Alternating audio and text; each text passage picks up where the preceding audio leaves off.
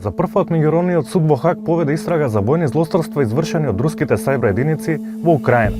Геноцид, етничко чистење, масовни силувања и порубување се типичните видови на војни злосторства. Но што ако на листата се додадат и сајбер нападите? Како овој нов вид на војување ќе биде правно регулиран? И дали е време за обнова на Женевските конвенции?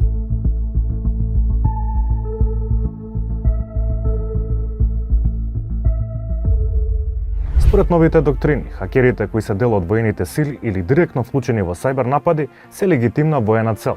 Може да бидат вооружено нападнати, па дури прифатлива е и колатерална штета при нивната елиминација. Овие промени ги следи и правната фела.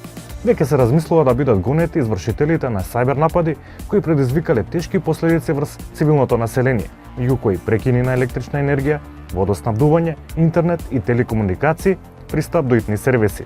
Тоа отвора простори за засилување на случајот против Израел пред судот во Хаг за употребата на компјутерски системи за означување на мети од масовната популација и несразмерна колатерална штета при конвенционалните напади.